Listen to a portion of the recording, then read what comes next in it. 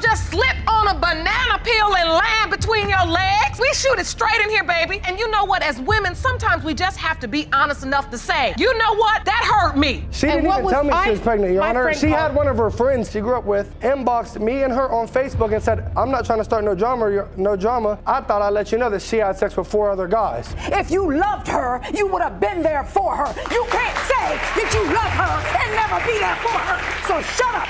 I gave you her phone number. You will always say, I lost her number. You lost her number because you didn't want her number. Mr. Tidwell was refusing to accept Ms. Lockridge's child. He claimed he was never in a serious relationship with Ms. Lockridge and was shocked when she told him he was the father of her baby. Ms. Lockridge dragged him to court in the hopes of proving to him that he is very much the father of her child. You've dragged the defendant, Mr. Tidwell, to court because he has refused to acknowledge your 10-month-old son, King. You are 100% sure he's the father and claim today's results will prove your case. Mr. Tidwell, you say you were never in a serious relationship with Ms. Lockridge and you were stunned when she told you she was pregnant. The timing leads you to suspect that baby King's father must be another man. Mr. Tidwell had no type of relationship with Ms. Lockridge's baby. She claimed that the only time her baby and Mr. Tidwell were ever in the same space was when she purposely took the baby to him so he would meet the child for the first time, given the fact that Mr. Tidwell actually named her child. Your Honor, Mr. Tidwell does not have a relationship with my son. The only time he's actually seen my son is when I've made it a convenience for him and brought him to him. That means traveling 4 hours on bus,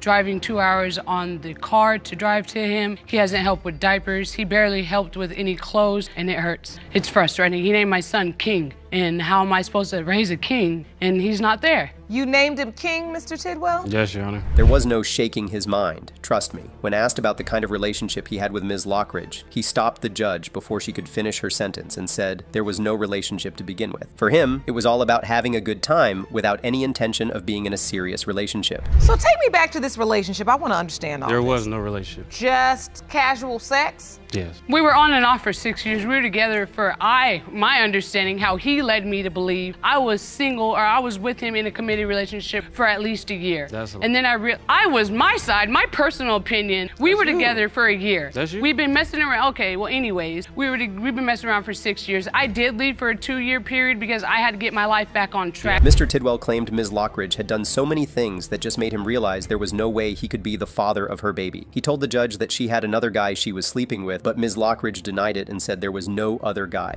She has another guy that she was sleeping with. During the time that you were having sex with Ms. Lockridge, were you aware of anyone else she was involved with sexually? Not personally, but we weren't. There was nobody else. We weren't. Snoop, I'm not gonna drive. I'm not gonna ride the bus 4 hours. We were not. Take in a 3 serious buses to come sleep with you if I got. On one of those cozy evenings when Ms. Lockridge came to visit Mr. Tidwell, she did something that was pretty surprising. Apparently, she had found out that she was pregnant, but for some reason, she couldn't tell Mr. Tidwell to his face. What did she do? She dropped a picture of the ultrasound of the baby and wrote behind it, telling Mr. Tidwell she was sorry. I'm not sure the exact words of the note, but it said that she didn't know how to tell me this, and she's sorry she had to tell me like that. So I called her, she didn't answer the phone. She ended up leaving me a text message saying that she was sorry and that she didn't know how to tell me that she was pregnant. All right, so that's 1 week after you had sex with her, she left you a note. Yes. That's a lie. So now, and you had the ultrasound picture. She did, yeah. You could see it all in her eyes. She was very upset. Oh, trust me, she had taken enough of Mr. Tidwell's denial. She claimed she had no reason to lie about him being the father of her baby. In her mind, she was excited to have his child, but what irritated her was the fact that Mr. Tidwell just wouldn't believe her one bit. I know for a fact that he's his father. He was the only one I was. Your Honor, I finally got something from him. I was happy that I was pregnant, so I'm not gonna ruin the happiness by telling you in front of your brother that I'm pregnant with you when I don't know how you were gonna react, because every time I bring anything to you, you react all negative and I get sideways. When we conceived my child, I told him I just had my period a week ago. That's a lie, Your Honor. He said, shut up, and we kept going at it for That's wow. a lie, Your Honor. Why would That's you a say lie, Your Honor. something like that? After all that drama, the judge headed right to the time when Ms. Lockridge gave birth to her baby. Ms. Lockridge claimed he was never around to do a single thing for her. She even went on to say he didn't care about her or the baby after she informed him that she was pregnant. Not at all. He didn't care about. I texted him when I was every doctor's appointment, all my weight gains, the weight changes. messages. I even sent him voice recordings of the heartbeat, all that, like the works. When I had my son, I was in labor for 36 hours completely by myself, to the point where the nurse that was with me, she had to call the doctor and ask the doctor if she could stay with me because I was by myself. When you need someone to back you up in a courtroom, the best person to bring is your mother, and that was the case with Mr. Tidwell. There was no denying the fact that his mother definitely didn't like Ms. Lockridge. She claimed Ms. Lockridge was obsessed with her son and was willing to do and say anything to be with him. She is very obsessed with my son. I'm not obsessed. I was in love with him. All she talks about is how much she wants to be with him and how she's got a prayer closet at home for him. One day he's gonna be her husband. Well, you know, this is just obsession, really. But he has admitted,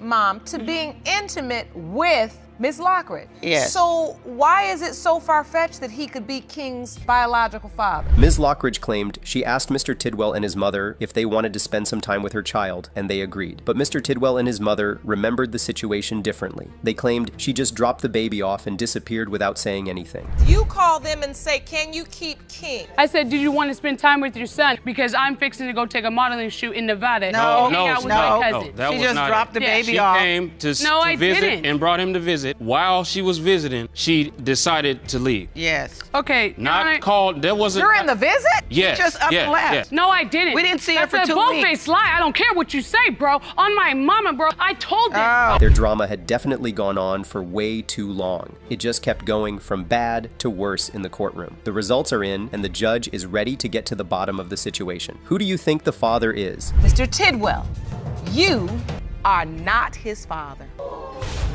Are you kidding me? I messed up, man. I'm sorry, baby. I'm sorry. I'm sorry. From the bottom of my broken heart, Wallace Tidwell, I'm sorry. And to your whole family, I apologize. I have no idea who his dad is at this point. We knew that. I'm sorry, but I didn't sleep. It's okay. Calm easy.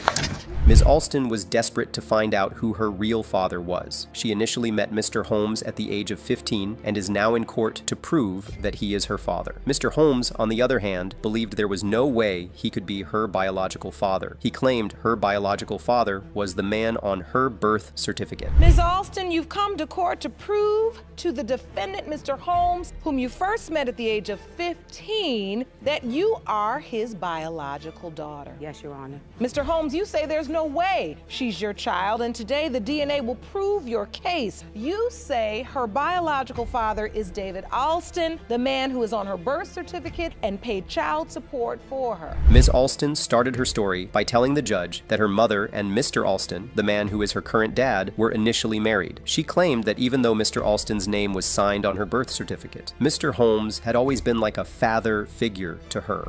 One summer I was going outside to play, and my mom was outside talking to a guy, and when I walked up, he was like, tell her. And she looked at me and said, this is your uncle. This is your dad's brother. So I proceeded to meet the family, which is my younger brother, my grandmother, aunts and uncles, and they embraced me like if they knew me from day one. So I have always assumed that Mr. Alston was my dad because his name was on my birth certificate. But at 15, she told me that Mr. Holmes can be my dad. Mr. Holmes claimed he never knew Ms. Alston's mom was pregnant. He even said he never met Ms. Alston until she was 15 years old. In his defense, he claimed he always had doubts about being her father, but he took her into his home because he knew what it felt like not to have a father. Until 15 years later. So I kind of felt that she wasn't mine because I didn't even know that she existed until that time. Did you know she was married? No. And how were you made aware? By my mother. Did you immediately think this may not be my child, or were you just accepting of the news because she says your family was accepting of her? I accepted her because I know how it feels to not have a father. Ms. Alston mentioned that when she met Mr. Holmes, it felt like she had met her long-lost father. She said he was so welcoming that it was hard for her not to love him right away. But with Mr. Alston, it never felt that way, and there was no type of love between them. Finally did meet Mr. Holmes. What was that like? It was wonderful. It's actually a good feeling for the kid in me because I've always wanted a dad. So it's actually great. I have abandonment issues from Mr. Alston, so it actually felt welcoming. It felt like I had a father who wants to love me for me.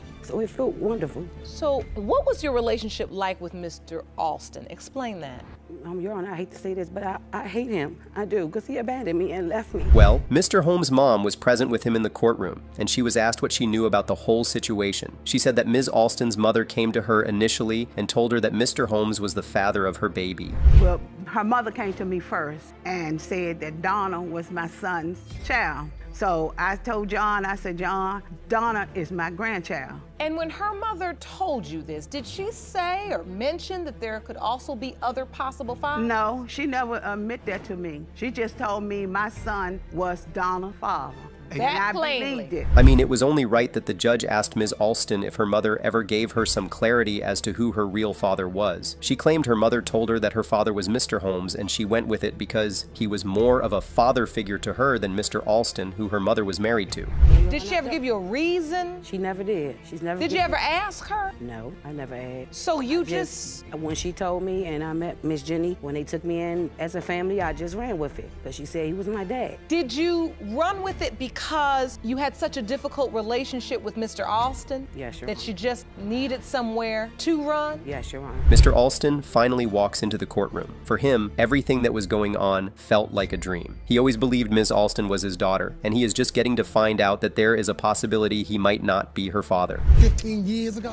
No, I just found out now. So you're saying that up until recently, you still considered her your daughter? Yes, that's my daughter. There's no way in the world I would not think that Excuse me, Your that's Honor. my daughter. He calls me his daughter sitting here, but he's never been a dad to me. He's never been a dad. I don't recall no phone calls. But she says she tried to have a relationship with you and you rejected her. No, Yeah. never. Ms. Alston was furious that Mr. Alston never acted like a father to her. He was claiming he had been paying her child support since her birth, but she stopped right there and told him it wasn't about the money and she needed a father. Money is minor. Where's the love? Where's the care? Where's the time? Where's the Christmases? That's what we're here for. That's what we're here for. We're not here about money. We're talking about 15 years, though. We're talking about actually 16 years. After 16 years, you said you had another father after Who's 16 been years. more of a father to me than you have, and you signed the birth certificate. Why didn't you come to me 15, 16 years ago? Why should I come to you? We could have done this 16 years ago. You're the parent, I'm the child. Well, the suspense is finally over, and the hassle of who the dad of their child is about to be revealed. It's been a bumpy and funny ride with Mr. Holmes and Ms. Alston. All eyes are on the judge as she unleashes the truth. Mr. Holmes, you are not Miss Alston's father. Mr. Alston, you are not Miss Alston's father. Why is she doing that? Lord have mercy. Oh my God. Sit her down, man. Oh my God. Sit down, Miss. Oh, wow. Oh my God. I'm so sorry, Miss Alston. There was a lot of tension in the courtroom as regards this particular situation. A lot of hearts were broken, and all that was left was to determine who the father was. Mr. Pace was going to be devastated if he found that the results from the DNA were not in his favor. What was worse for him was the fact that his girlfriend cheated on him with his best friend. Mr. Pace, you say you will be crushed today if DNA results reveal you are not the biological father of your son, Prince. Yes, Your Honor. You maintain that the defendant betrayed you by cheating with Prince's second possible father, your best friend. Yes, Your Honor. Now, Ms. Fobbs, you say you were caught between the man you're in love with and his best friend. Yes, Your Honor. For Mr. Pace, everything was at stake. He was going to lose 3 separate relationships if it turned out that he wasn't the father. The one he has with his girlfriend, the one he has with his best friend, and the relationship he had built with the child in question. I would say 3 relationships: the relationship that I have with Ms. Fobbs, as well as the relationship that I have with Mr. Randolph, also the relationship that I have with Prince. So there is a lot on the line for me. That's my little man. We watch TV together, I'm feeding him cereal in the morning. He's like my real little buddy, and he looks up to me, and I don't want to let him down, basically. The relationship between Mr. Pace and Ms. Fobbs started as a really beautiful one. They initially met in traffic, and he got her number from there. Before you know it, they went on a couple of dates, and things kicked off from there. Anyone who heard the story would automatically wish they were the ones in such a situation. It was so beautiful to listen to. But then, the dark days came. I pulled over, actually, and we had a conversation. I ended up getting her phone number. We went out on a few dates. We kind of bonded real quick. She ended up moving in with me and Mr. Randolph. Shortly after her moving in, she became pregnant.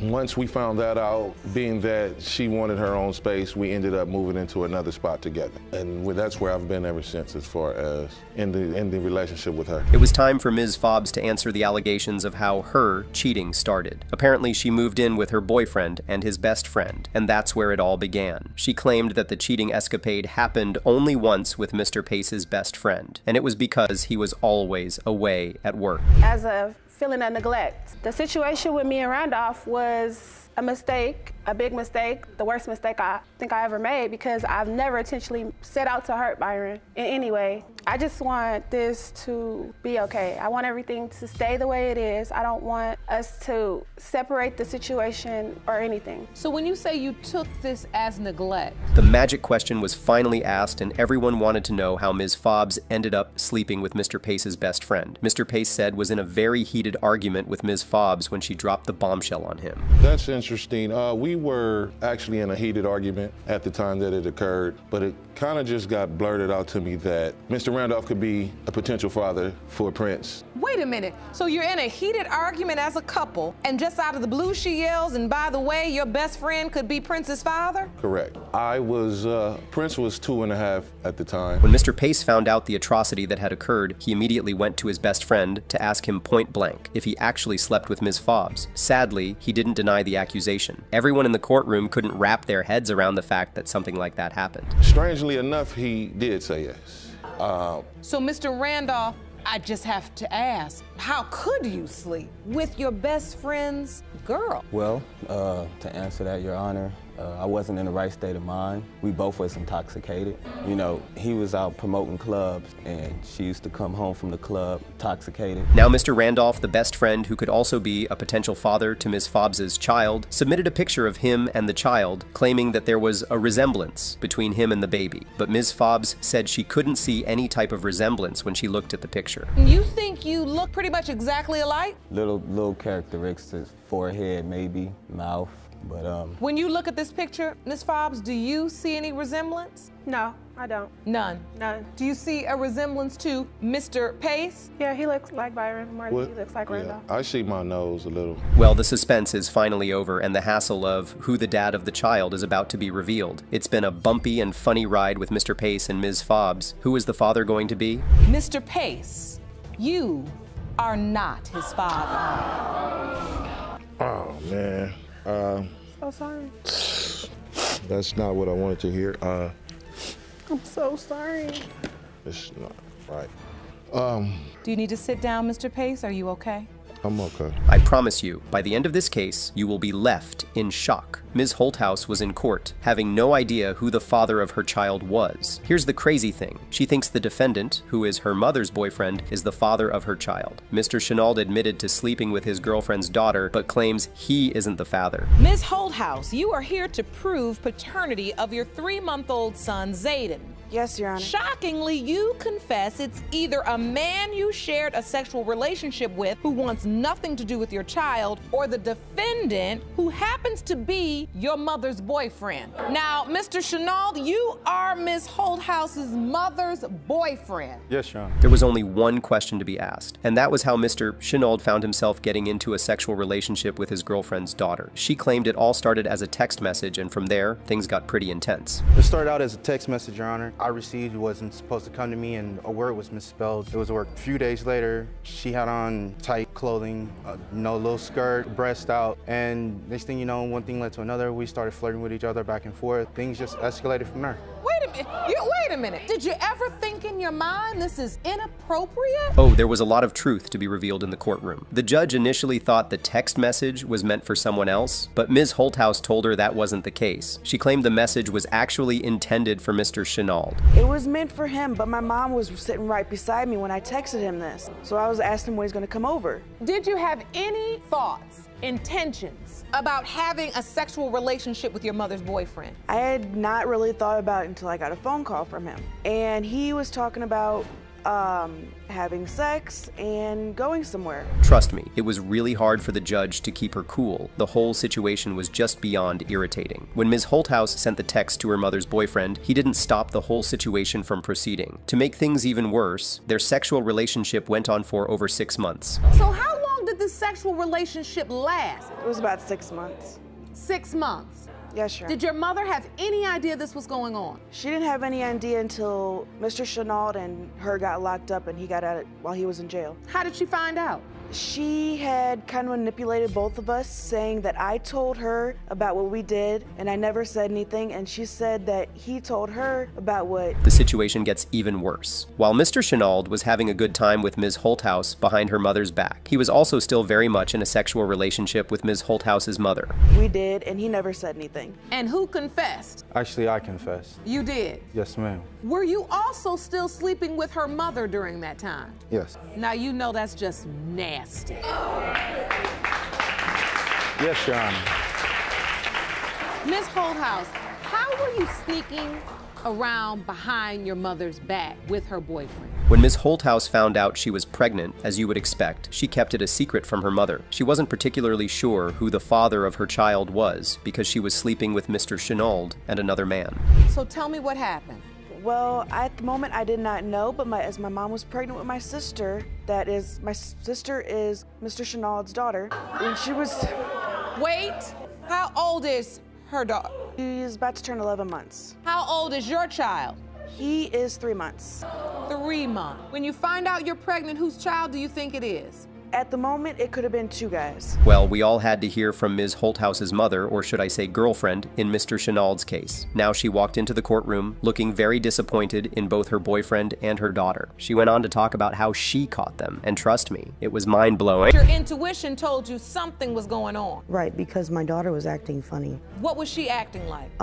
If I was sitting on the couch next to Mr. Chenauld and I would get up to go to the bathroom, she would get up out of the chair across the room to sit by him. Oh, no, she didn't. Now you have a 10-month-old child by Mr. Chenauld. I did tell you the case would leave your jaws dropping from your mouth. Well, the results from the DNA tests are in, and it's time to see how brutal they are going to be. Get ready, because here it comes. Mr. Chenauld, it has been determined by this court. You are not. Thank you, Your Honor. I can hear you breathe a sigh of relief, Miss Bogardis. I do think that we all need counseling. Well, I'm glad you brought that up. Miss Holthouse, what are you gonna do? It was a real-life Who's the Daddy? Wedding Special Edition. The plaintiff had not one, but 2 potential candidates for the role of dad in her life, and she wanted to find out the truth. The defendants, however, were ready to fight otherwise. Miss Kelly, you are here to determine if one of 2 men we've tested for paternity is your biological father. You hope to leave this courtroom today knowing your father's identity so he can walk you down the aisle at your wedding. Yes, Your Honor. Moving on, Miss Kelly took us along her journey of finding out the truth. After a rough teenage years, she got to meet these possible fathers. While one of them was distant, Mr. Duncan welcomed her as his. A nice gesture. But he still had his doubts based upon the circumstance in which he met the baby mama. I might have had a little doubt because at that time, she was living with a guy. She was living with a guy, but she was a nice looking girl and I was a little bit older, and maybe it might have been wrong, but she was real pretty. And I didn't look that bad myself back then, and I'm trying to bring over to my side, but she's living with another guy. Mommy Dearest, the perpetrator in all of this, came out with her truth. She did cherish her daughter and wanted her to find closure, as she was the one paying for her mistakes in the past. They both wanted Mr. Duncan to be their guy, but there was still a 50-50 chance of it going sideways. I was young when I had her, and I made some mistakes, and my mom wound up wanting to step to the plate and raise her. So my mom and my dad raised her, and like I said, when my dad got killed, it really disturbed her. She's seen everything happen. So she started being rebellious towards my mom, and everything showed out in school and all, and I knew it was time. My mom never wanted her to know who her father was. Next up, the baby daddy stated his case. It seemed, after having a row of words with the father of the baby mama, the defendant ended up taking them in. Though he accepted Miss Destiny as his, the people certainly didn't make it easier. Nuh-uh. Me and Miss Kelly had spent some time together, and I took her and Destiny home. And I ain't gonna say what the words was, but they weren't no good words. Understood. So I told him, I said, well, I had my own house, I had my own land, I had a good job, I had a good car, and I wasn't that bad look. That's you? That's me right. By the looks of it, it wasn't just the people who were giving the baby daddy trouble. The mommy dearest was a whole other trouble as well. Yup, the living arrangements didn't last long after that, and Mr. Duncan lost touch with the plaintiff. The same pain that she was going through by people saying this is your daddy and that's your daddy and stuff like that. I went through the same pain of them telling me that that ain't my child. I know you don't know how it would feel for somebody to say that to you, but it really do hurt. Every time they say it, every time you hear it, I mean, it just breaks you down, but I'm not sure that I'm her father. Hold on to your hats, people, because Miss Kelly's journey isn't over yet. Not at all. As Mr. Anthony, the other potential baby daddy, was still very much in the picture. Now the daughter had an encounter with him as well, but it wasn't pleasant by the sound of it. Let's see. Do you remember the relationship with Mr. Anthony? Yes, Your Honor, it was not even what you want to call a relationship. It was we never seen each other again or nothing. So it was more of a one-night stand? Yeah, pretty much. You never saw him again? No, I mean, I seen him as far as like around town or whatever, but you never were intimate with him again? Relationship-wise or nothing. Now, the question was, what were the hopes of these guys from today's results? The daughter hoped for a real father so he could finally meet his grandkids. Such a sweet sentiment.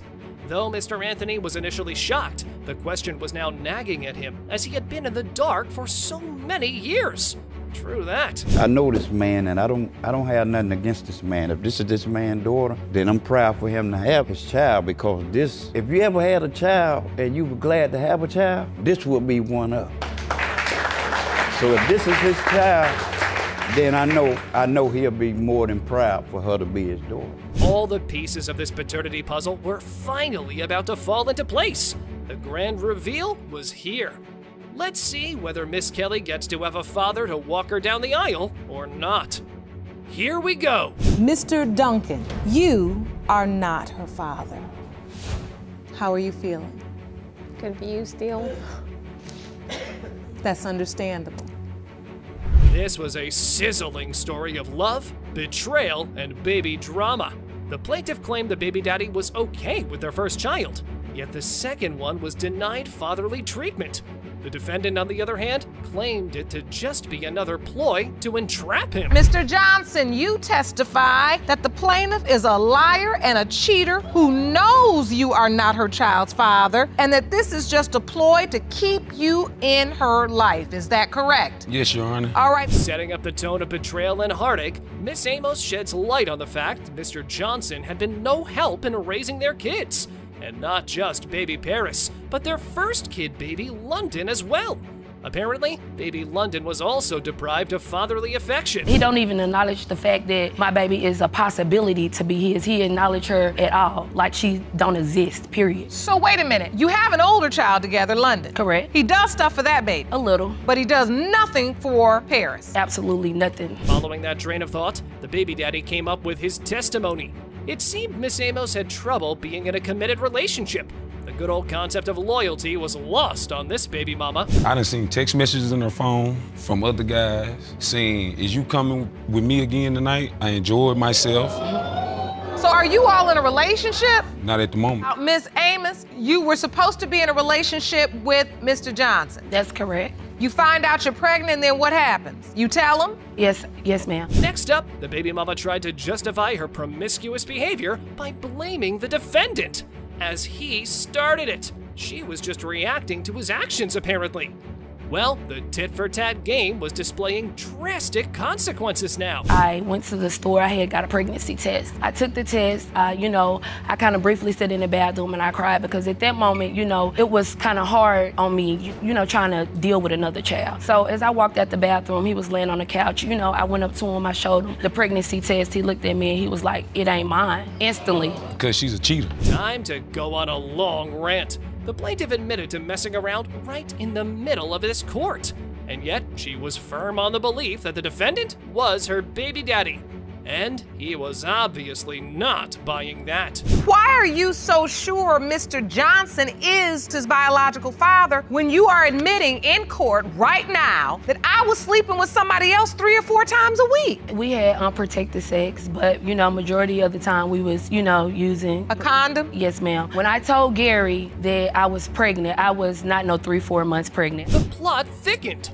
The other guy was still in the dark about baby Paris's existence. Wow!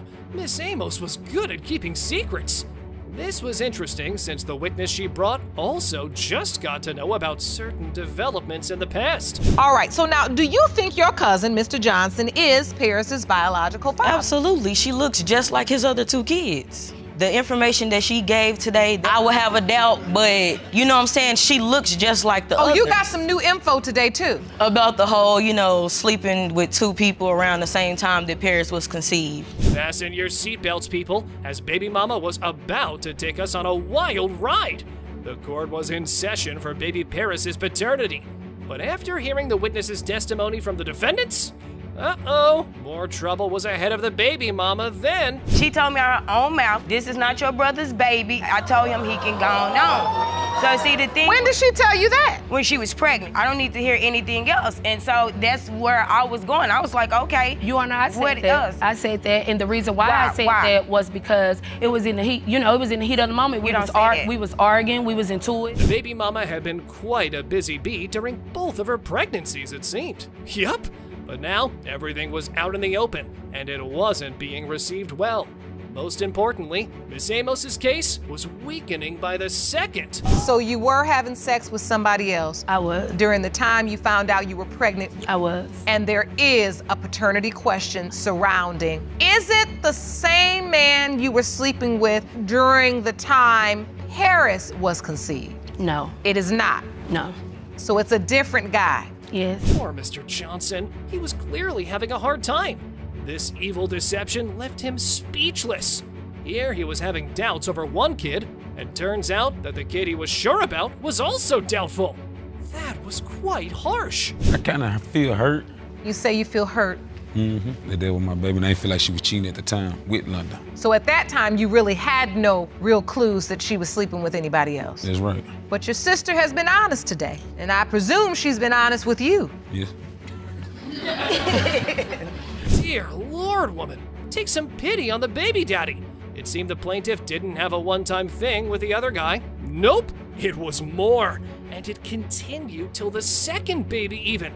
Mr. Johnson was definitely in a world of pain over this. When he saw her, did he say anything to the effect that he believes he may be her biological father? No, he never thought that he was the father. He have seen a picture of Gary before. He have said, yeah, she looks like him. He feels like she looks like Mr. Johnson. Right. When's the last time you were intimate with that man? Maybe around 2 months ago. It was time to end this paternity saga of betrayal and heartache. Mr. Johnson was here for some answers, and Judge Lake had those for him. Paris and London, both babies' lives were at stake here. Here we go. Mr. Johnson, you are the father. Woo! Both of those beautiful little babies are yours. How does that feel? I'm happy now. A heartfelt quest for closure that's been decades in the making. Yup, this plaintiff was tired of all the lies and this journey in search of a real father. She wanted some answers, and today she was about to meet a man who could be her potential father. You grew up believing one man was your father until the age of 13 when he said, "I am not your daddy." Yes, ma'am. Your mother then told you, and the defendant, David Dorsey, is your biological father. You are here to prove paternity today. Is that correct? Yes, ma'am. A stunning deathbed confession led Miss Hannon on a quest of a lifetime. She had heard of Mr. Dorsey in the past, but had never laid eyes on him until now. All this time, she believed another to be her father. But he shut that down cruelly. We would have our heart-to-hearts. You know, when she got sick, she was sick my whole entire life. You know, she would be talking about Kimball, she would talk about David. On her deathbed, she told me, "I thought I picked the right one for you, but David's your father." So just before your mother passed, she says to you, "I thought I picked the right one for you, but David Dorsey is really your biological father." Yes, ma'am. Mr. Dorsey graced the court with his presence, finally. However, he walked right past the potential daughter without a second glance, and that didn't go unnoticed. Yep, the judge saw it, but what he revealed next took the cake in being one of the most shocking revelations. This young woman has waited many, many years to meet you. She's been told that you are her biological father. You didn't even really look at her, acknowledge her. I acknowledged her. I looked at her. You don't believe you're her biological father? Not really. Why? Because I don't remember her mother at all. You don't remember her mother. I don't know her mother. Let's take a minute to soak in the sheer, unadulterated bizarrity of the situation. I mean, seriously, Mr. Dorsey denied having any contact with Miss Veronica ever, even after the witness from the plaintiff's side recognized him. Yeah, he still held his ground. What information can you provide today? Me and Fallon's mother, Veronica, we work together, and I have seen him come to the job to bring her mom lunch. Her mom would talk about her baby daddy being David. He still looks the same, but he had just got a little heavier. Well, folks, if you thought that was the end of it, you're sorely mistaken. Mr. Dorsey had a different last name in the past. And no, he didn't reveal that information. The godmother did that. But he accepted that chunk of information. And yet, he still maintained he didn't know the baby mama. Oh my God, the level of denial here. This is David Dorsey. You said David Watkins. It was a David My name used to be David Watkins. I was adopted, and he changed my name to Watkins, and then when I got grown, I changed my name back to my dad's name. I mean, I was well known in the North End. I mean, everybody knew my name. So what are you thinking? You're thinking this woman just made this up? I don't know this woman. Next up, we get to hear from Mr. Dorsey's daughter. And the moment she entered, she made a beeline for the plaintiff and hugged her. It was a beautiful moment, made even more when she immediately testified she was there to bring her sister home. Furthermore, she revealed the true character of her father's dearest and his days in the past. I love you too. That's my sister. I don't mean to disrespect my dad, but my dad was a Rolling Stone. Went onto Facebook, you know, and I looked up her name, and when I seen her face, I was like, if that's not me, maybe about a good 50 pounds ago, I mean. Poor Miss Hannon was truly torn over all this. On one side, she had a woman claiming her as her sister, while on the other side, a potential father was playing the never have I ever game on expert mode. Talk about being stuck between a rock and a hard place, right? You've never met this woman and you have never had sex with her. Why did you come? I want closure for Fallon. And I see that makes you emotional when you talk about her. Why is that? I feel sorry for her. I feel one kind of way, but then I feel bad. I missed out on her life, if I am her father. The moment of truth was here. It was time to cut through the drama and get to the envelope that held the facts. We're about to lay down the verdict that'll either grant our plaintiff the closure she's been craving, or leave us all scratching our heads in disbelief. Here we go. It has been determined by this court. Mr. Dorsey, you are not the father.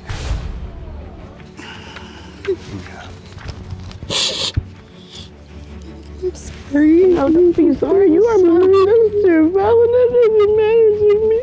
Mr. Dark and Miss Bailey are one strange couple. They've had their fair share of ups and downs. Mr. Dark claims that Miss Bailey is a promiscuous liar who broke his heart by cheating on him. But hold on tight, because Miss Bailey is now accusing Mr. Dark of being the father of her 11-month-old son, Jamir. Mr. Dark, you say the defendant is a promiscuous liar who broke your heart 4 years ago, stepping out on your then relationship. You admit to having a one-night stand with her 2 years ago, but are furious Ms. Bailey is now claiming you fathered her 11-month-old son, which you say is impossible. Is that correct? Yes, Your Honor. Now, Mr. Dark starts off by telling us about their rocky relationship. They were together for 4 years, living under the same roof, and even had dreams of starting a family. But things took a dark turn when Mr. Dark went out of town for work, no pun intended. While he was away, Miss Bailey's best friend spilled the beans and revealed this. Ms. Bailey, you say Mr. Dark is a deadbeat who knows full well he is your son Jameer's father. You claim there is no way anyone but Mr. Dark could have fathered your son. Is that correct? Yes, Your Honor. So Mr. Dark admits that he cheated on Miss Bailey too, but he says he only did it because he thought she was cheating on him. Talk about a toxic cycle. These two just couldn't seem to trust each other. And guys, it gets worse. When I left out of the door to go to the store, her best friend came running out of the door to like, hey, Terrence, wait up for a second, I'm gonna go to the store with you. So, I thought that was kind of strange, like, why'd you know? But anyway, we went on to the store. Well, while we was going to the store, her friend started tell me a story. She was like, well, I just want to tell you something. She was like, well, the whole time that you was gone. That's right. Even after their breakup, Mr. Dark and Miss Bailey couldn't resist each other's charms. They kept hooking up every few months, even though they weren't together anymore. Now, I'm no relationship expert, but that doesn't sound like the best way to move on, does it? But hey, love makes us do crazy things, right? I tried to work it past for about approximately a year or so, but I just couldn't take it. I couldn't deal with it no more. And so how is it you came back together? Because Jameer is 11 months old, so that something else had to happen. Yes, ma'am. Yeah. We never stopped. We never stopped dealing with each other along the way. Even though we separated, we still occasionally seen each other every, like. Miss Bailey claims that Mr. Dark is baby Jimmy's only possible father, but Mr. Dark isn't convinced. He argues that the timeline just doesn't add up. According to his calculations, he and Miss Bailey weren't intimate until March, and Jameer was born in November. Something's fishy here. Really intimate was around in March. Yes. If Jameer's birth date is November 13, 2016, then that means the conception window would be February 17th to February 24th, 2016. Right. And you said you all weren't intimate until March. Yes, ma'am. Right. To make matters even more complicated, Mr. Dark has a new girlfriend, Miss Bradley, who is pregnant with his child. This web is getting more tangled by the minute. Miss Bradley even questions the physical resemblance between Mr. Dark and baby Jameer. Question then is, were you intimate in February during the window of conception we outlined between February 17th to February 24th? No, ma'am. No. Both of you said no.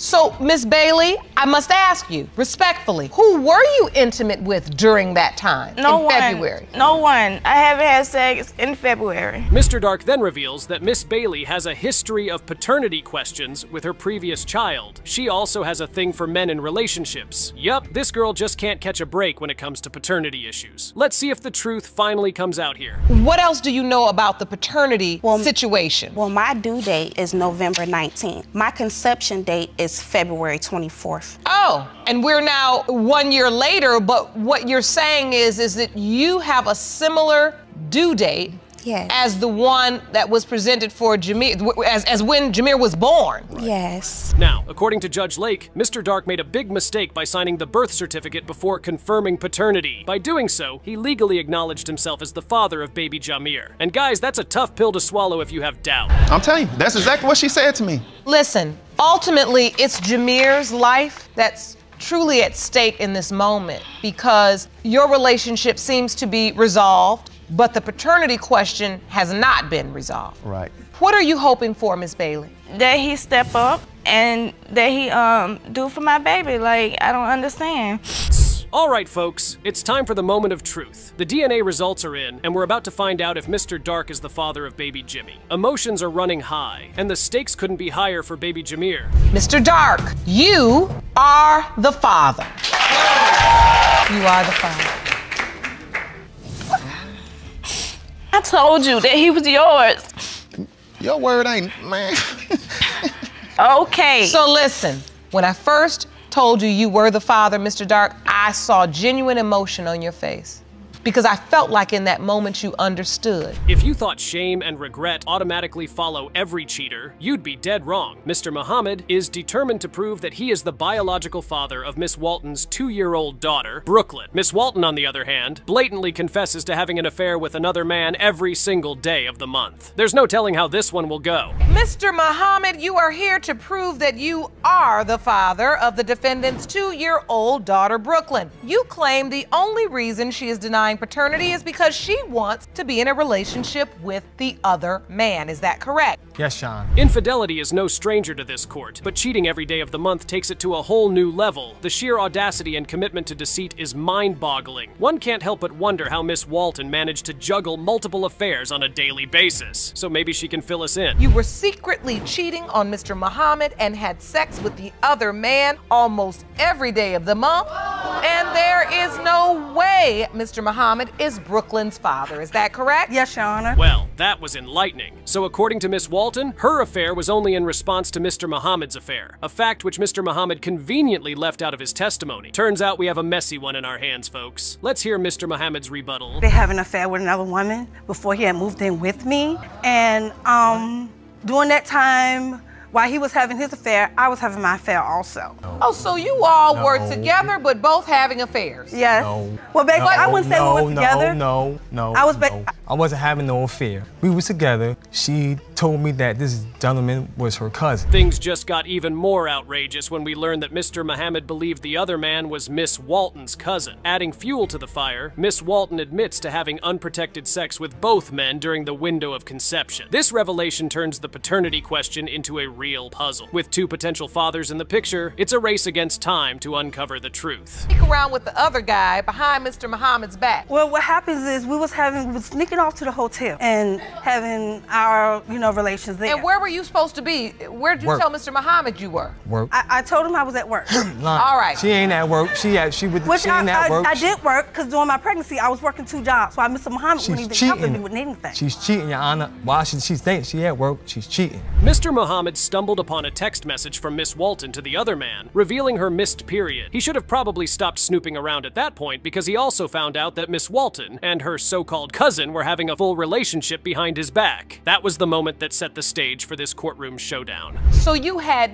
no idea? I had no idea about this man.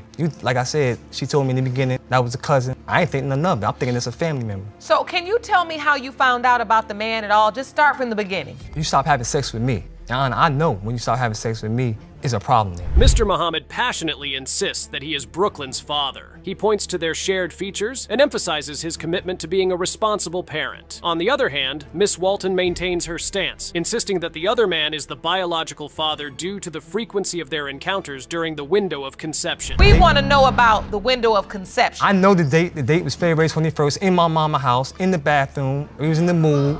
She was in the mood. She go to the bathroom. I go to the bathroom after. That's the date that we have. Brooklyn. The DNA test results are in. These two have been going back and forth the whole time, but it's finally time to shut up and learn the truth. And guys, the outcome is nothing short of a bombshell. Here's how it went down. Mr. Muhammad, you are the father. Yes. I told you. I know what I'm talking about. I know what I'm talking about, baby. I know what I'm talking about. I know what I'm talking about. I know what I'm talking about. I know what I'm talking about. You hear me?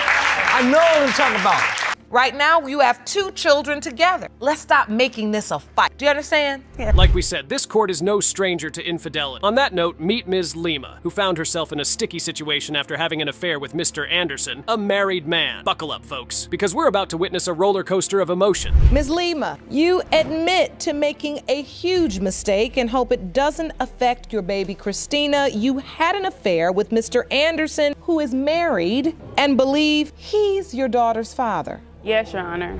Now, Mr. Anderson claims to love his wife and family, but he made a terrible mistake during a heated argument. Instead of working things out, he decided to cheat on his wife. That's a unique way of dealing with things. So, Ms. Lima, tell us how you got yourself into this mess. Yes, Your Honor. It all started from a Facebook message when Mr. Anderson was messaging me on Facebook. So we started being friends online for about 1.5 years. Then out of the blue one day, he called me and said, let's go out for dinner. So I was like, okay, well, I'm not doing anything, so why not? Hold on tight, because things are about to get even messier. Mr. Anderson claims that he only cheated with Ms. Lima once, but that was debunked almost immediately. Ms. Lima reveals that she went to Mr. Anderson's house multiple times and even had the audacity to describe the furniture to his wife. Assertion that this went on, she told your wife she was your girlfriend for a year. Well, that's not one night. Was it one night or was it a year? Well, it was one night. I haven't heard from her in months. And then she come telling me that, she's pregnant, she having a baby, and she says mine, she wanted to be my baby and all that type of stuff.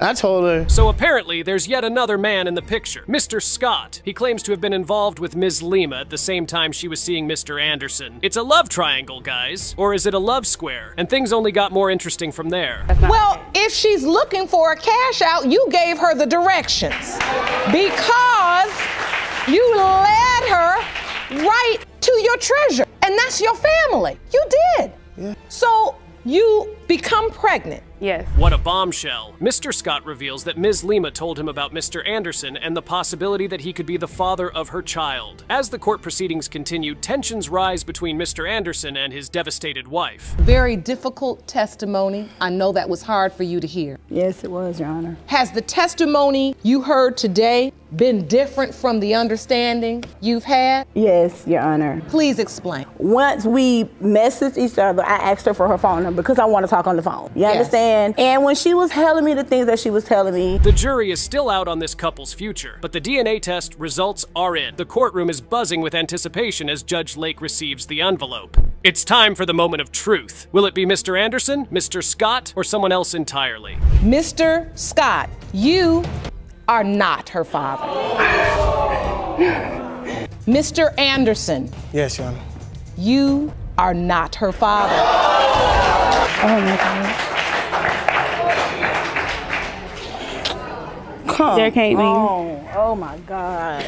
Mr. McCormick thought he found the perfect woman until he discovered she was a serial cheater on a rampage. Ms. Ball, the woman in question, admits to her past infidelities but is positive that Mr. McCormick is the father of her son. Mr. McCormick, you say you thought you found the perfect woman until you discovered the love of your life with just a serial cheater on a rampage. You say Ms. Ball is a shameless adulteress and there is no way you are her son Gavin's father. Is that correct? Yes, Your Honor. So, our story begins at a party where Mr. McCormick and Ms. Ball first laid eyes on each other. It was love at first sight, or so they thought. They started dating, and everything seemed perfect. They played sports together, bonded with each other's families, and even Mr. McCormick's daughter liked Ms. Ball. But it all went down the drain when he found out that Ms. Ball had a secret life as a serial cheater. And you intend to prove paternity today, is that correct? Yes, Your Honor. So, Mr. McCormick, what do you mean she's a serial cheater? Well, Your Honor, yeah, I found text messages. I've seen her getting in strange vehicles. That's not true. I've seen videos. What haven't I found? Like, you know, there's no way that I could be this child's father. I'm starting to become numb to all this. It's getting old. Mr. McCormick started noticing some strange behavior from Ms. Ball. She would get into strange vehicles, receive suspicious text messages, and even send some scandalous pictures. Red flags were flying everywhere, but Ms. Ball had an excuse for everything. The nature of your relationship, how did it begin? We saw each other at a party, and when I first saw him, I was physically attracted to him, and so I started talking to him. I asked him if he wanted to hang out, and I said, where can we hang out? And he said, you can go to my house with me, and we've been together ever since. Check out the evidence Mr. McCormick brought to the court. He had it all. He had pictures of Ms. Ball getting into strange trucks, videos of her engaging in questionable conversations, and even some scandalous text messages. This man was on a mission to catch a serial cheater, and as you can see, he wasn't holding back. And you believe she was cheating? She was, I mean, what else would you be doing? Why else would she lie about it? And she was acting fishy before she took off. That's the reason I'd followed her. All right. And then what is next on this exhibit? Well, and I saw her getting to another truck. I guess she just likes trucks. I like trucks. She's a trucker. She says she likes trucks. I guess she does. Ms. Ball actually admitted to cheating, not once, but multiple times. She came clean about her past infidelities, but she insisted that Mr. McCormick was the father of her son. She even brought up the dates and the doctor's estimation to prove her point. Something shady was going on. He heard a butt down, you know, it goes. She's a beast. That's me having sex. Yes, he's crazy. Absolutely crazy. I heard a girl Y'all say, know you can when you have butt him, down girl. someone. When the call connected, what did you hear or see? I heard another female say, you can have him now, girl. And she denied that. She said that it wasn't her voice. Oh, so you think they're having a threesome? A threesome. The tension in the courtroom is palpable as Mr. McCormick expresses his doubts. He loves Gavin, the little boy he's been raising since birth, but he can't shake off the feeling that he might not be the biological father. It's heartbreaking. They added up the dates. When the doctor added up the dates came to June 20th.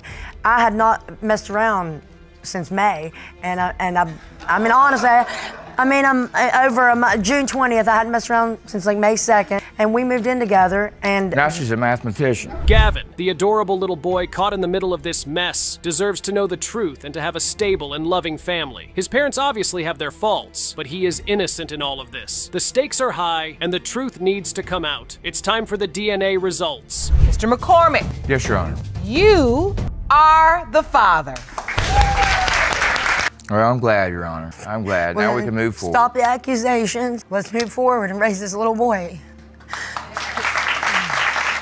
I've made mistakes, I've grown from them, and I'm not gonna create the same mess that I just got done cleaning up. I'm ready to focus completely on him. So we've already met a bunch of them, but guys, there's no shortage of cheaters in the world. Which brings us to Ms. Thompson, who is summoning a married man, Mr. McKinley, to prove that he is the father of her 6-month-old son, Legend. This is about to be, excuse the pun, legendary. Ms. Thompson, you are summoning Mr. McKinley to court to prove to him and his wife that he fathered your 6-month-old son, Legend. You say his wife is petty, and she is the cause of his paternity denial. Is that correct? Yes, Your Honor. Ms. Thompson starts off by telling the court how she ended up in a relationship with a married man. She explains that she and Mr. McKinley were just friends with benefits, but things took a turn when he started liking and commenting on her Facebook pictures. I ended up in a relationship with Terrell, and I wouldn't consider it a relationship. I would consider it friends with benefits. I was on Facebook, and he was always liking my pictures. He was commenting on my pictures. He was always trying to get attention, to be noticed. One day, excuse me, I'll let you talk. One day, anyway, one day, I finally gave him a chance because he was real thirsty. Mr. McKinley, on the other hand, denies everything. He claims that Ms. Thompson is just a side chick and that she knew he was married. The tension in the courtroom is boiling over as Ms. Thompson and Mrs. McKinley exchange heated words. It's clear that there's no love lost between these two. There you go. From my knowledge, I post a picture of me leaving the studio. Ms. Thompson got in my DM, when you gonna bring me to the studio? I said, well, I don't know. Do you rap? She like, yeah, she rap. He can't even rap. I said, well, okay. He can barely talk. I'll live there and bring you today. You know what? So look, lay it on no, that day. I don't. Ms. Thompson claims that Mr. McKinley took her to meet his entire family in New Orleans. Wait, what? This just got even messier. She even went swimming with them. But Mr. McKinley has a different story to tell. He says that he only took her to New Orleans because she was homeless and needed somewhere to go. In a bed, under the cover. Whose house was this? I took the cover off her head, and I'm like asking him, what's going on? He's like, well, we doing music, sit down. I'm like, no, I won't sit down. You doing music in the bed under the cover? Y'all know. He was doing music. You asked me, and that's how I found out. I had an idea it was her. The tension in the courtroom reaches its peak as Ms. Thompson confronts Mr. McKinley about their sexual encounters. She admits that she wasn't always sober and that she made a mistake. Oh, the plot thickens. But will Mr. McKinley finally admit that he is the father? Got this about 3 months ago. Come on. Through a text telling my husband, oh, this Legend Dad right here. That's Legend Dad there. This evidence is a picture you said you saw. Your Honor. Where? She sent it to me. Terrell's phone. It's still in his phone. As a matter of fact, it's still in her phone. Yeah, in his phone. So you got a text, and it was this picture, and the caption was Legend's real father. Yes, Goodbye. It's time for the moment of truth, folks. The DNA results are in, and Judge Lake is about to reveal the truth. Will Mr. McKinley step up and be the father he needs to be? Or will Ms. Thompson have to continue her search for Legend's biological father? Mr. McKinley, you are the father. And he's a handsome baby. He get compliments all the time, so. He is beautiful. In the spirit of that beauty and that innocence, let's go forward better than we have before. I don't want drama.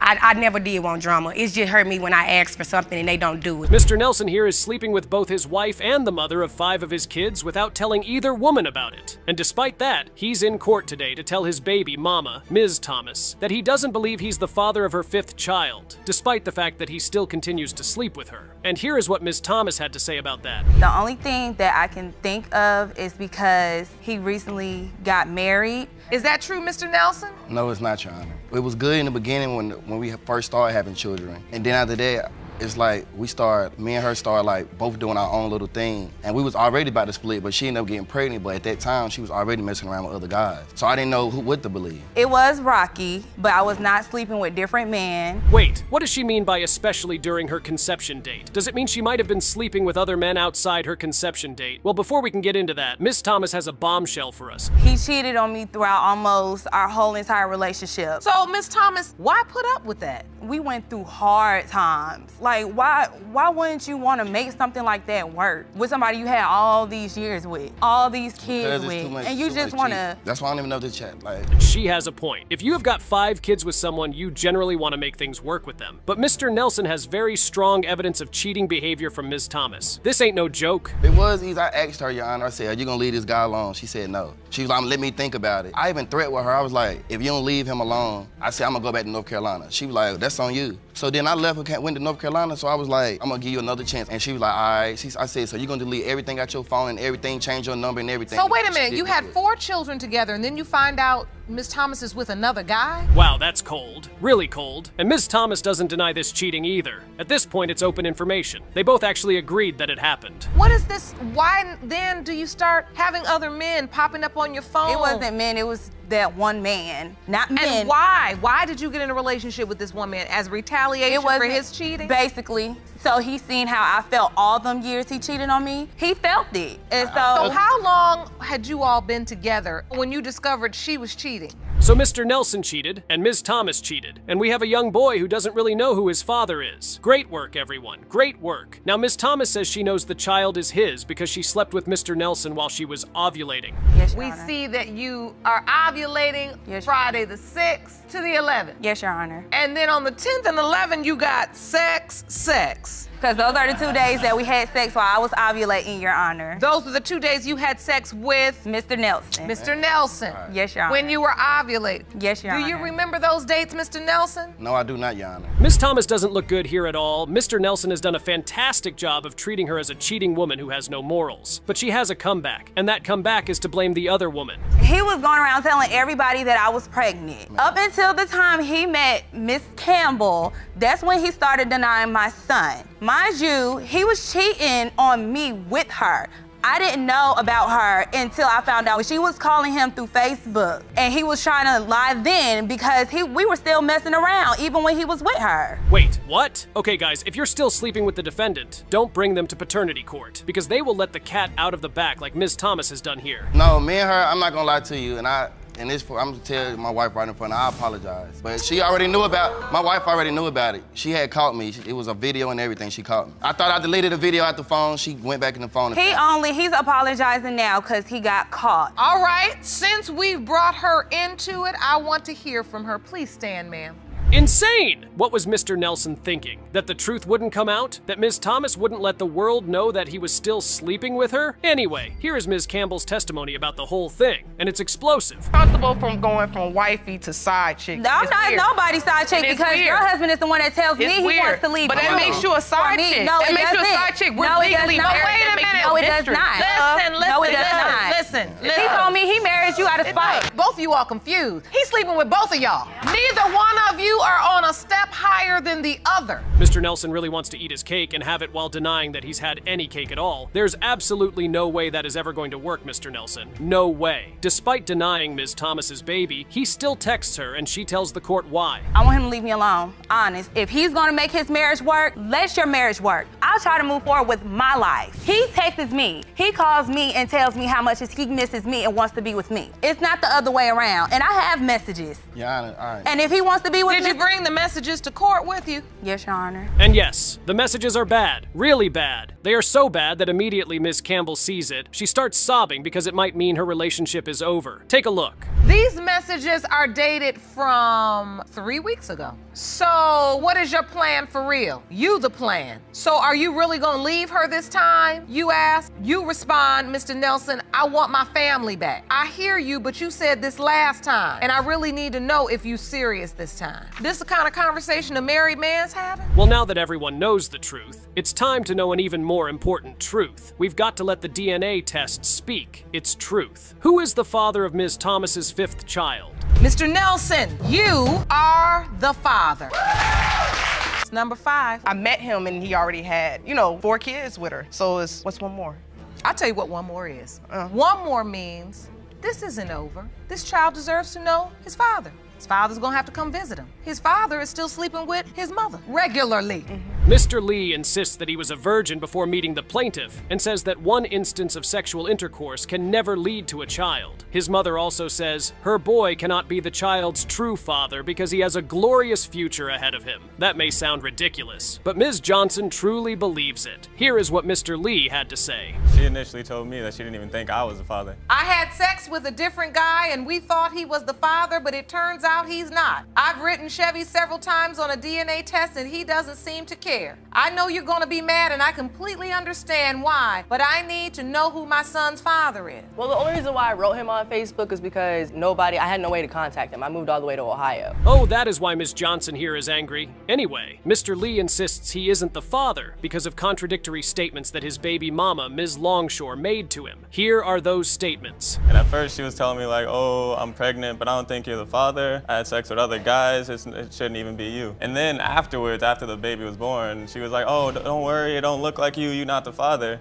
So I wasn't even worried. I never said that. I told you plenty of times Kaden looks just like you. Why are you lying in court? No, you Please never stop. said that. Please in stop. the picture, you even tried to make him look like me afterwards, after you said, oh, we tested the other guy. Ms. Johnson is really pissed off about all of this because she knows that if the baby turns out to be her son's, she will have to foot the bill. That is because Mr. Lee here does not have a job and seems to still be a teenager. That's exactly why she had to say this. Not him. You know, he's got a future. And I told him before, if this is your baby, whatever I gotta do, I'll do it. Because I want him to finish college. I want him to go. I want him to achieve his dreams. I never got to achieve mine, okay? And I want that for him. Well, I can certainly feel your pain, Ms. Johnson. That is why it is important to get to the bottom of this. But before we can even do that, the court erupts in chaos because Ms. Longshore insists that Mr. Johnson knew the child was his, but just failed to tell his mother about it. We never even saw her pregnant. We never saw pictures of her pregnant. It was like just a baby out of nowhere. What? Pregnant. You were tagged in my sonogram before you deleted me. What are you talking about? You never added me. Beyonce was. You never added me. Yes, I did.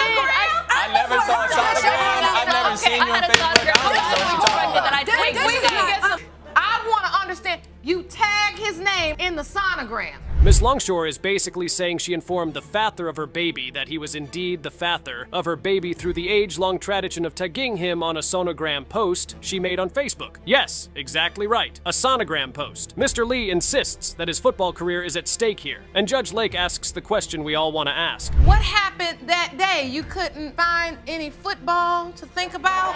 Like, what are you making it seem like this is just me or something? There wasn't no game on. How is it just my fault? You had sex with me too. I didn't have sex with myself. I can't say no forever. If you're gonna come over every day and just throw it at me, I didn't come to your house every day, so stop lying. Stop trying to make me seem like I'm a hoe because you got it all twisted. Well, Ms. Johnson believes that this entire game was orchestrated by Ms. Longshore and that she is just looking for a baby daddy to father her child. And that is why Judge Lauren had to ask Mr. Lee this question. Do you believe she manipulated this? Yeah, because he was a That's virgin. what you I believe? manipulated it. She was on the prowl. You like think she was she seduced you, set you up? Yep, like I never met any of her family. I never went to her house. I didn't even know where she stayed. You haven't met any of my until she came family? over. You haven't met none of my family. You didn't meet my brother who went to the same school as us? Longshore, let me ask you this, Come Ms. on, now get Longshore. it together. So you two weren't even dating. You were saying you were just friends. Yes. Wow. You cannot say that Ms. Longshore isn't passionate about this case. Incredibly, Ms. Johnson says that she used to know Ms. Longshore because they were homeless at about the same time, so she is disappointed that Ms. Longshore got pregnant for her son when she knows that she did not have a great living situation. Of course, that leads to a scary shouting match between both women. This is how I feel. If you get pregnant, that's your responsibility. And I am. Mama's baby, Papa's maybe, sweetie. And I am. If he had the baby, I can play mommy and daddy all day. I would know that that's my grandchild. I'm sorry. So you got to stand up and do something or fall for everything. And I am. Period. And I was your age and I had to stand up. So I Then know you should know exactly where I'm coming from. I do. All right, then. But you got to be stronger. And I'm trying. Is it just me, or is that just a terrible way to speak to the potential mother of your grandkids? Anyway, Judge Lauren has some words for Mr. Lee because he is hiding behind his mother and thinks this entire thing is a joke. She's a strong woman, but she can't hide you from me. Oh, I'm not trying to hide you. I see what's going on.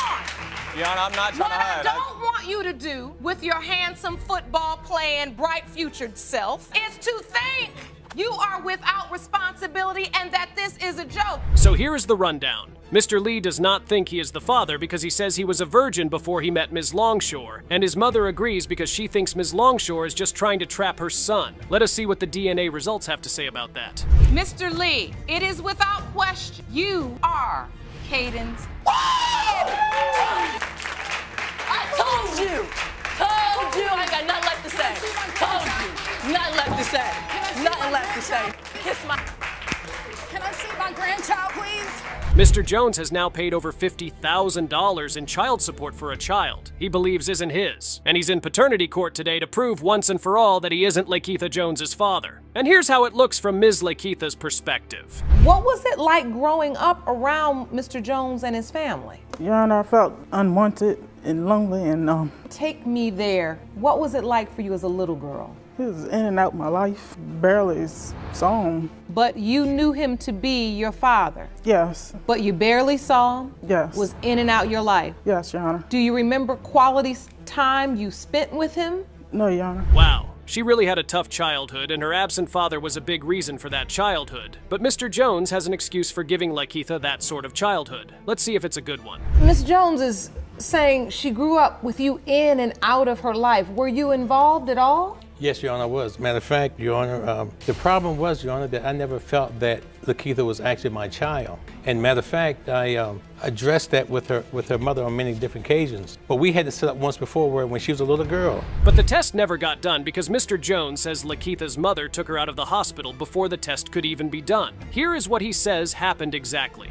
Ms. Brittingham knew that when we got to the hospital, I was there to get this test done then. And what happened? I was standing up in the line to wait to be waited on. I got there, there was a gentleman ahead of me. Then when he moved, I stepped up and I turned around and looked. I looked up. Terry was walking out the door with the baby on. This is ridiculous, and she walked out the door. And that's how Mr. Jones never found out whether Lakeitha was really his daughter or not. Anyway, Mr. Jones might not have the DNA test results, but he says he's very certain that the Lakeitha isn't his. And here's how he knows. Your Honor, when I was with her, I was always protected, and I made sure that. And then when she says it must have burst my protection, which I knew it did not. But we all know even birth control is not 100%. That's why because I want to know the truth, and I think Lakeitha needs to know the truth. I definitely want to know the truth. My mom told me you didn't use protection at all. That's not true. I did. Well, apparently Lakeitha's mother doesn't agree at all with that. Moving on, Mr. Jones makes it clear that despite not thinking he's the father, he was still put on the birth certificate, and he made sure he paid more than $50,000 in child support. You're saying you've paid close to $50,000 in child support? Pretty close. For a child that you 100% believe is not yours? Absolutely.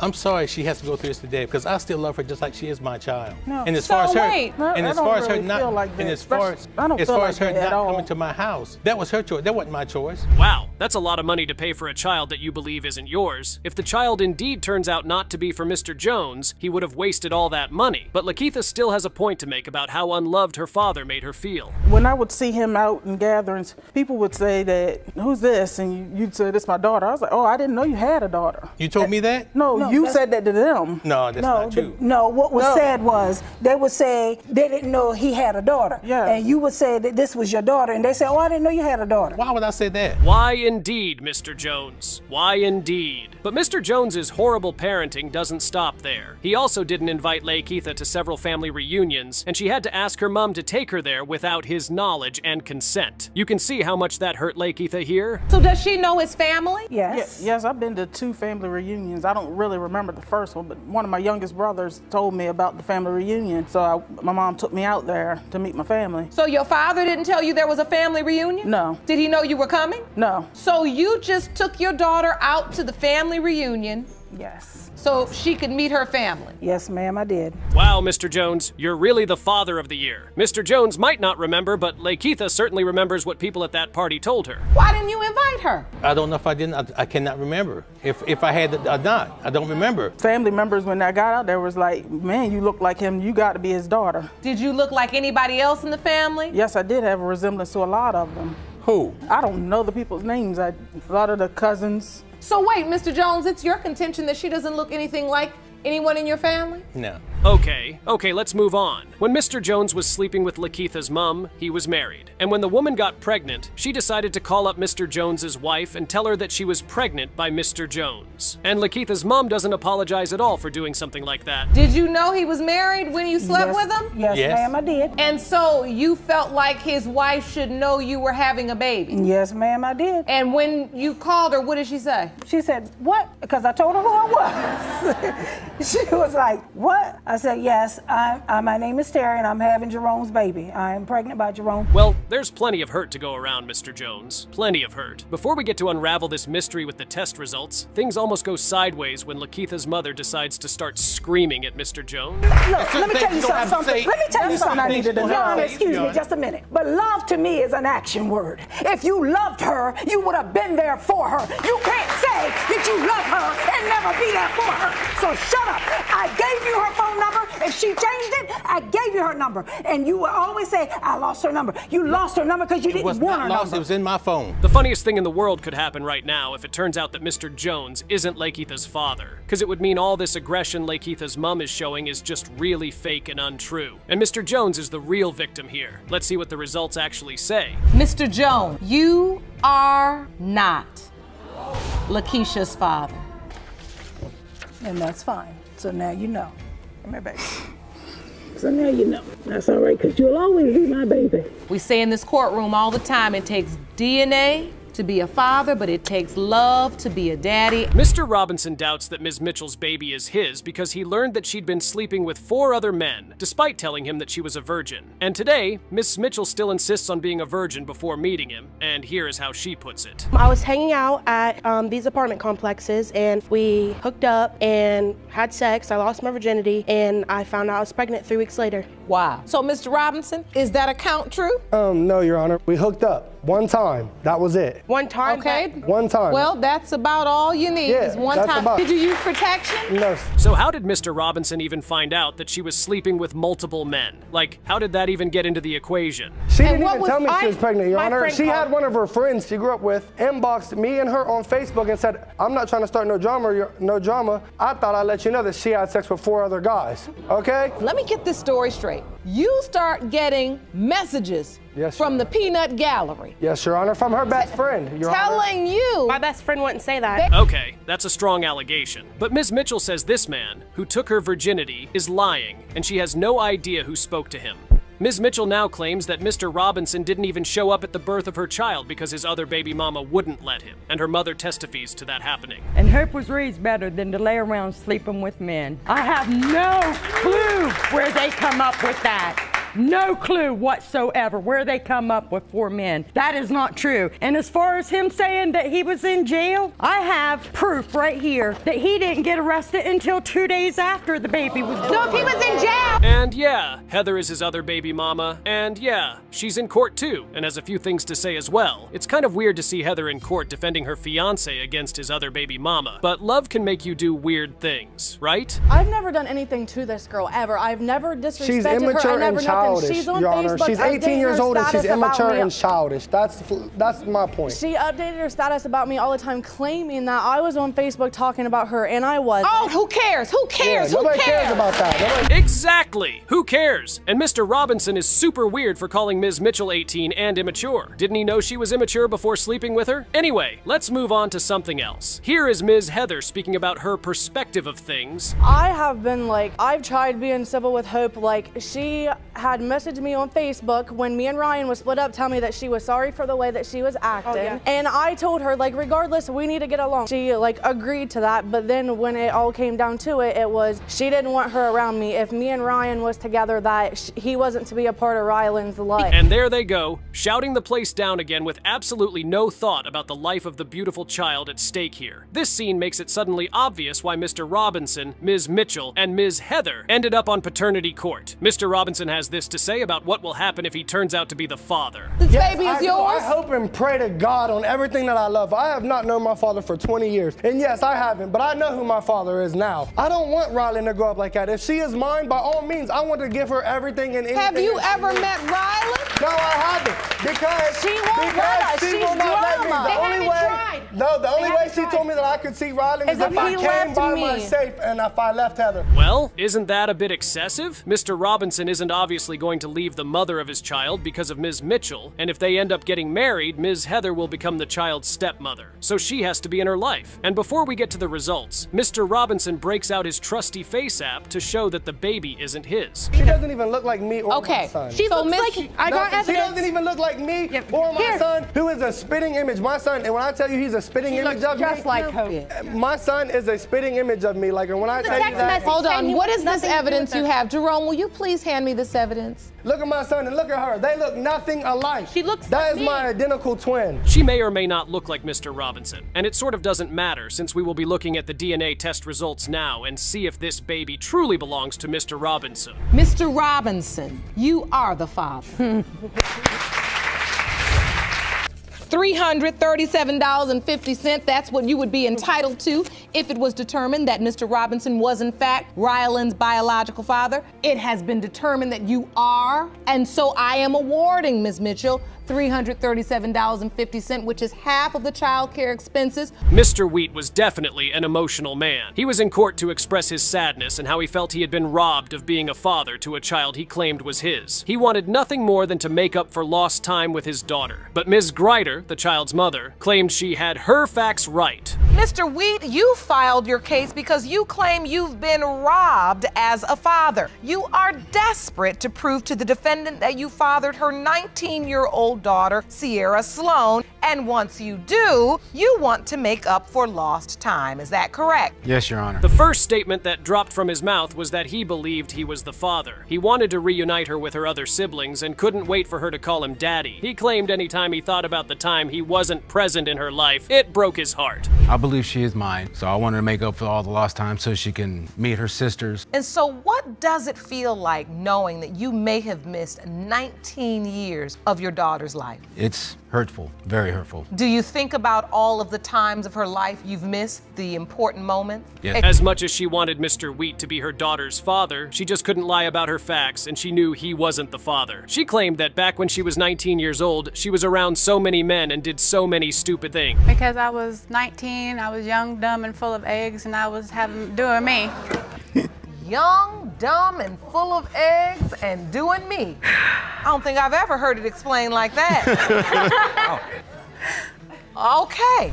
Now, when Ms. Grider found out she was pregnant, Mr. Wheat never got to know about the news. In fact, the news came to him as a surprise. After having a one-night stand with Ms. Grider, someone walked up to him months later and asked him if he was excited to be a father. Kinda had a one-night stand, and I don't know how many more months later, I found out she was pregnant. Her friend of hers come up to me and says, how does it feel that you're about to be a dad? Really?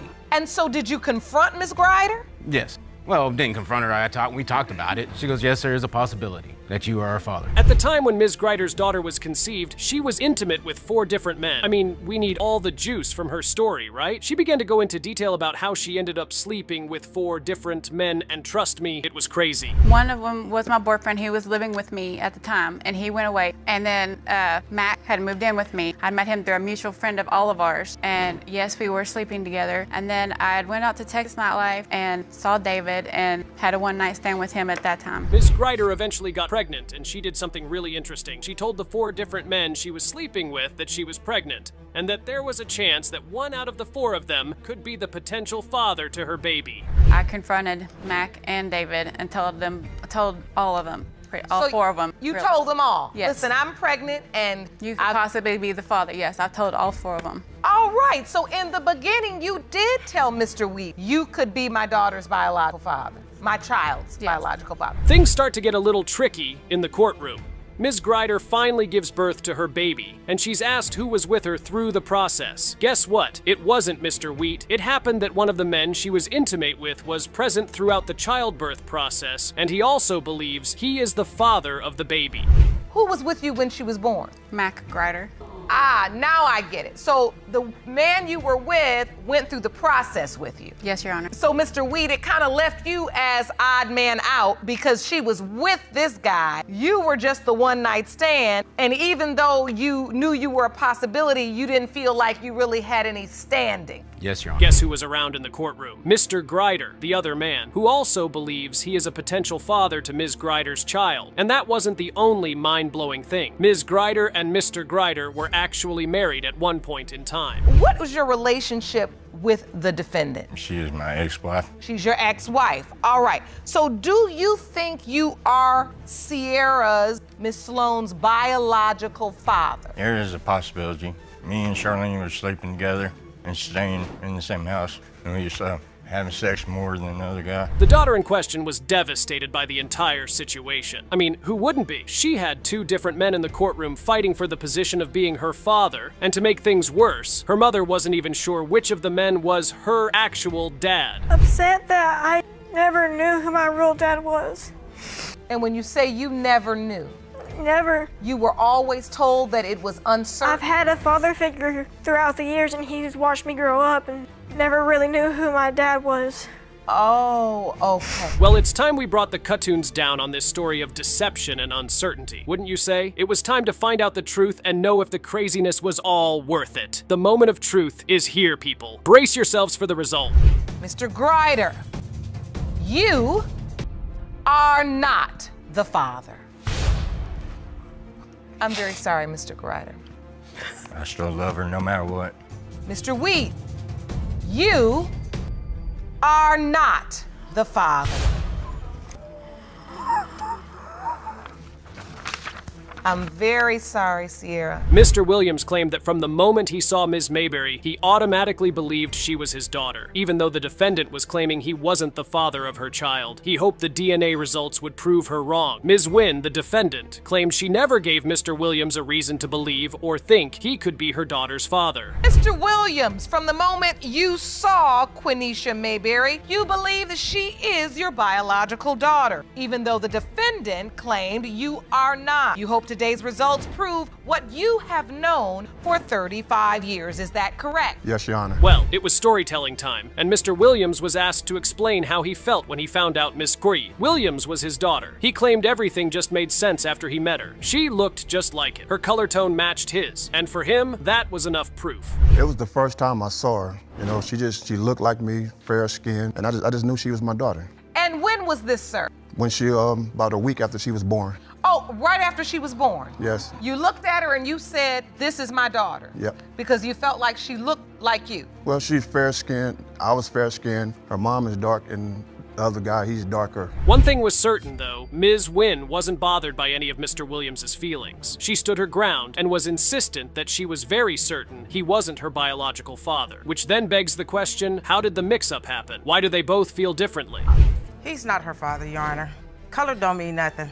You know, because he light-skinned and she light-skinned, the other guy is dark-skinned, I'm dark-skinned. That don't prove that he's her father. It sure does. I know who's her father. What's different it's not, it's not Stanley. Well, Your he Honor. seems pretty certain that it is, and I would like to hear his testimony. I want to start with the nature of your relationship. Everyone needed to understand what kind of relationship they had to begin with. Mr. Williams claimed that after trying so hard to get his attention, he and Ms. Wynn finally got into a sexual relationship. He admitted it wasn't a romantic one, though, but they definitely slept together a couple of times. They just walk in front of the door to get my attention. And so, you know, we end up, you know, we did mess around, but it was never a relationship. So how long did this sexual relationship last? I don't remember, like 4 or 5 months, something like that. All right. So, Ms. Wynn, how do you remember your relationship with Mr. Williams? Can you take me back? I don't remember. After Mr. Williams gave a vivid account of how and when they had their sexual encounters, Ms. Wynn went on to shock the entire courtroom. She claimed she couldn't remember ever sleeping with me. Williams, she claimed there was no memory of something like that ever happening in her entire life. I'm trying to get to, do you remember him asking you on a date or meeting up with him later? Your Honor, I don't remember none of it. And if Stanley knew he was to feel that he was a father, he could have did this test. He used to come get her, take over this house. He could have did it then. Well, if you didn't want to think wait 35 years to do this now? If you didn't think I was, why would you let me take your baby? I didn't have a problem. Ms. Vinn's story just wasn't making any sense. She kept denying that she ever slept with Mr. Williams. Mr. Williams then went on to drop a revelation, where he claimed he would always go to pick up Ms. Mayberry from her mother's house, and when Mr. Williams showed his mother the child, she told him Ms. Mayberry looked just like him. No pictures with her being a newborn. Not with newborns, but I used to go get her all the time. It was once I came and got her for like my nieces and nephews' birthday parties. I used say go get her so she can come and play with the other kid. And I would keep her the duration of the party. How long did that last? How often was that? Well, it wasn't often because I lost contact with them for a long time. Ms. Mayberry claimed she knew another man to be her father because her mother told him that was her father and he was the one who signed the birth certificate. But deep down in her heart, she felt he wasn't her father because they didn't bond and connect on so many levels, and she met him just twice. The man that signed my birth certificate, like, I met him like twice. I don't feel like we have a connection. I definitely don't look like him. I really don't feel like that's my father. Oh, you had no connection with him? Nope. And you've only seen him like 2 times? And that was when I was like 18, so. Yeah, I've been mom and dad to her, and I'm still mom and dad. Anytime people around asked Mr. Williams if Ms. Mayberry was his daughter, he never denied her. He would always tell them she was his daughter, but he remembered a situation where another man claimed to be her father as well. Yeah, that's how I addressed her. When anybody asked me about her, I'll say this is my daughter. Was anybody else saying this is my daughter? It was one situation where I went over to her house, and her and the guy, who's supposed to be her dad, was sitting on the porch. And I walked past him, and I went in the house. It's been a bumpy and funny ride with Mr. Williams and Ms. Wynn. We need to find out the truth, don't we? All eyes are on the judge as she unleashes the truth. Mr. Williams, you are not the father. I'm very sorry. I'm sorry I could not give you the closure you needed. Ms. Wynn, can you remember, identify, think about any other person you may have been dating at that time? Let's just say, as far as this case was concerned, there was trouble in their little paradise. Mrs. Cohen was present in court to prove to her husband that he is the father of her 1-year-old son. If it happened that Mr. Cohen wasn't the father of the child, she was definitely going to kiss her marriage goodbye. Mrs. Cohen, you have opened your case to prove to your husband that he is the father of your 1-year-old son, Kyrie. You say your marriage is on the verge of divorce because Mr. Cohen chooses to deny your young son. Is that correct? Yes, ma'am. Ms. Cohen wanted nothing more than for the results to show that her husband was the father of her child. She told the courtroom that Mr. Cohen was already on full throttle toward getting a divorce, and she was trying to save her marriage. She even claimed they've been high school sweethearts for as long as she can remember. Right now, I'm trying to save my marriage because we are on the verge of divorce. I want to prove to him that he is the father of our 1-year-old son. He's my high school sweetheart. We met in the 10th grade. We started dating. We've been together for 7 years, married for 3, and I just really want to prove to him and his family members that he is the father of our 1-year-old son. Mr. Cohen, on his end, could not hide the fact that he was also very hurt by the situation. He couldn't believe that he was the one standing in paternity court, trying to determine if he was the real father of his children. I mean, if I were in his shoes, I would probably feel the same way. I'm just really hurt right now that we had to come this far to get these answers. And I have had lots of doubt about Kyrie, and it will really hurt if that does come back and he's not my child today.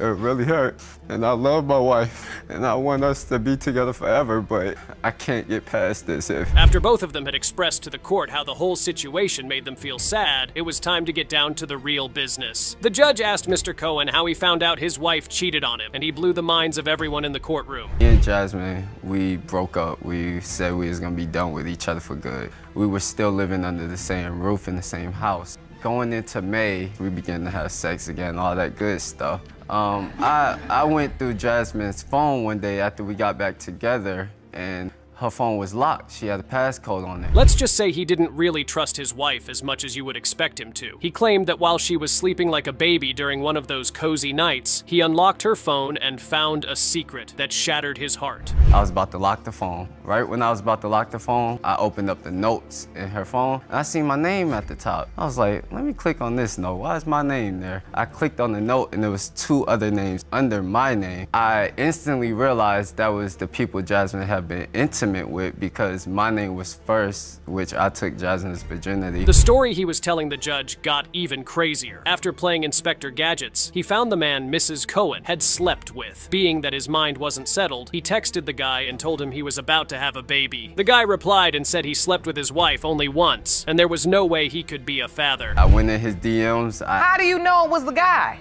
I went into his DMs and I was like, you're having a baby, sir. And he replied back to me, acting like he knew exactly who I was. He was like, no, I only slept with her one time and that's not my child. She told me nothing about her being pregnant or anything, and then he blocked me, so there was no To father. be fair, I was already pregnant when I slept with him. Well, the judge had to face Mrs. Cohen and hear her side of the story because her husband had uncovered a lot. Apparently, she didn't deny it though. She said she met the guy at community service, and that's when one thing led to the next, and they had a sexual experience.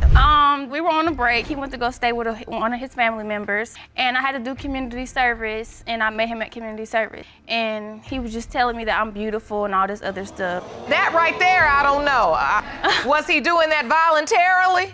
Or was he ordered to community service? There's a difference. He was ordered, but Mrs. Cohen wasn't denying the fact that what she did was horrible, but she blamed her husband for it. She claimed her husband made her feel so low by choosing to sleep with other women outside of their relationship, and all she did was have her revenge. Oh, to be fair, I was getting him back. That's all that was. He was cheating, and my husband's made me feel so low. Like, he's chosen females over me plenty of times. So it was my time to get back at him, so I was just doing what I wanted to do. Was the sex unprotected? With who? With the community service guy. Yes. After going back and forth with the cheating story, Mr. Cohen finally admitted why he had doubts that the baby wasn't his. He claimed to have a disease that made him incapable of fathering a child, which his wife was quite aware of. I have type 2 diabetes, and I didn't have no insurance at the time, so it was uncontrolled, meaning my sugars were always high. So every time I would ejaculate, my semen would become weird and it can't travel right. So how I get pregnant, Quarry? Well, I was about to say, you all do have another child together, right? Yes, Your Honor. The suspense is finally over, and the hassle of who the dad of their child is about to be revealed. It's been a bumpy and funny ride with Mr. Cohen and his wife. All eyes are on the judge as she unleashes the truth. Mr. Cohen, you are the father. My God, I'm so happy. Everybody can follow me. Be quiet. You can stand with your wife, you can stand with your husband.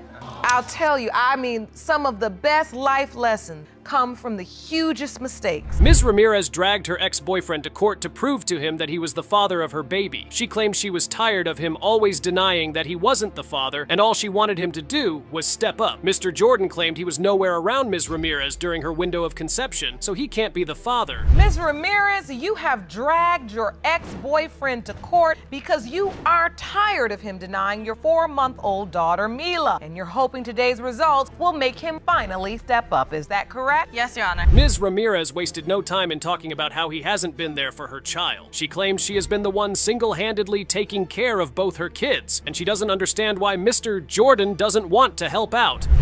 He's never provided diapers, wipes, formula, nothing. I take care of not only her, but my other 2 children as well, by myself. No help, and there hasn't been help for at least over 2 years now. Are you avoiding responsibility, Mr. Jordan? No, Your Honor. Well, Mr. Jordan also had some truth bombs to reveal to the court. He claimed their relationship had been over for quite some time, and the only reason he kept in touch with her was because they had other kids together. Well, the relationship was non-existent. I had moved on. So there was no, we kept in touch every now and then because I have 2 kids with her, and I just called for the kids. But besides that, I had moved on, and there's not much to it besides that. So you were already living in another state and had moved on? Yep. Which is why you say you are not Mila's biological father.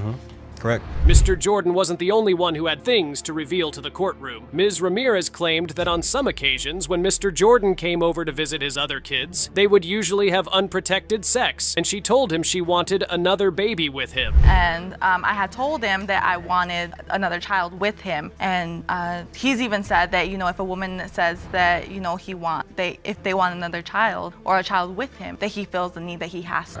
What?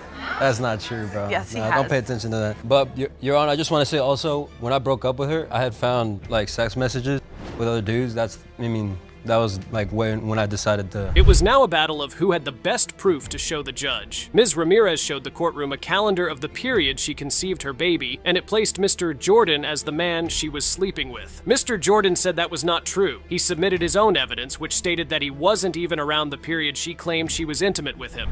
You say you got pregnant? Yes. Well, Mr. Jordan, if we count back, that looks like it adds up. Nah, Your Honor, that's not, she's lying. Because I have proof right here that I was in Georgia. I got a pay stub. if I could submit this to from. Yes, I'd like to see that. Jerome, will you hand me that evidence, please? Yeah.